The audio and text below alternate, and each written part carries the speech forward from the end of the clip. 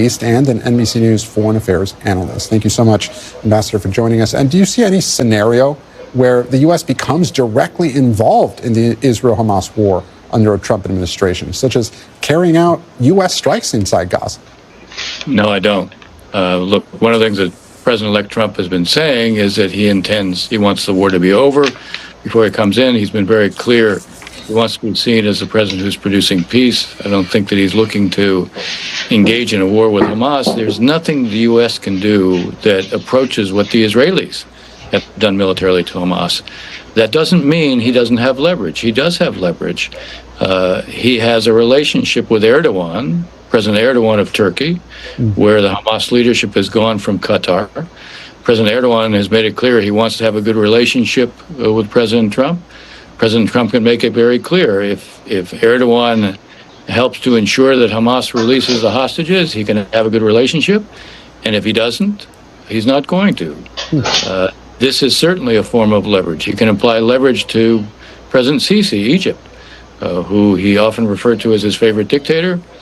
He can make it clear, look, I want to have a very good relationship with Egypt, but Egypt has to use the leverage it has on Hamas because it borders Gaza to help make this happen. So he has forms of leverage that will be, in fact, effective, and he can apply them.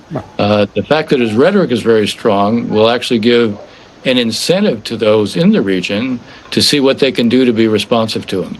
And Ambassador, on the subject of leverage, what about leverage for President Biden? You know, we've been discussing today that there can only be one president at a time, and President Biden says he is still pushing for a ceasefire deal in Gaza. So from a diplomat's point of view, how much more complicated does that process become when he's a lame duck and the president-elect is making these kinds of declarations?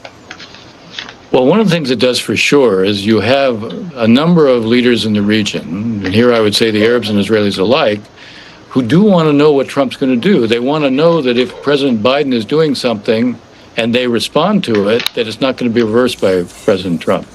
I think here, the more that President Biden is doing to get the hostages released, or to get a ceasefire deal, or to come out with what might be described as an end-of-war plan based on the hostages being released, I can see President Trump or the people around him sending a signal they want to see that succeed.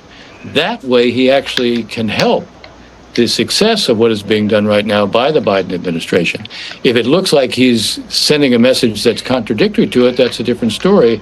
But I think actually right now what he's saying about getting the hostages released, I think that actually reinforces what the Biden administration is trying to do. I don't think it complicates it. I actually think it actually reinforces it.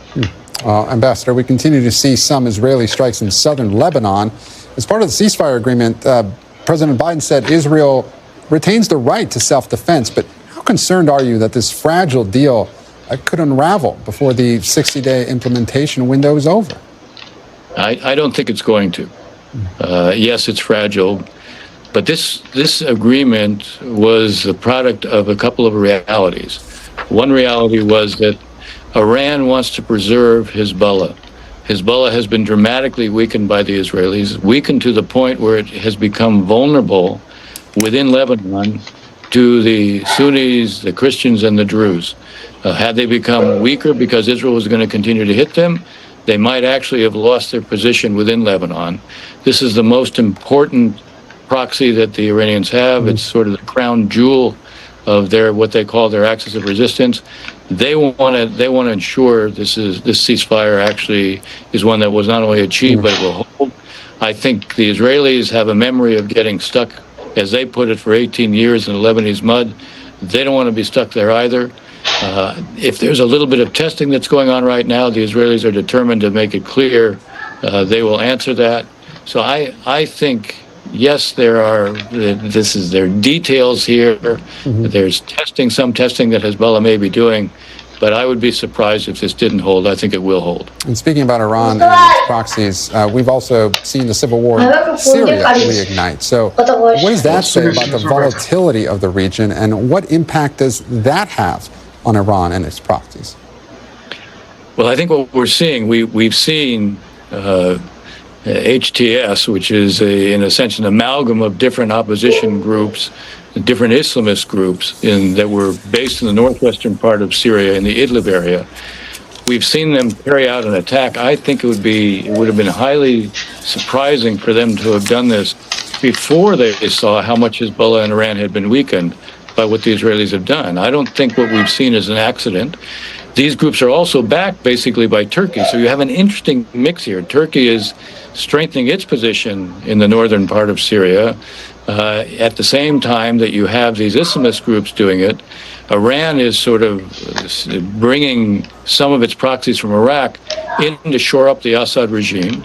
What you're seeing is a lot of upheaval within Syria, but you're also seeing a sign that Iran and Hezbollah are significantly weaker than they were, and you see some groups now trying to take advantage of that.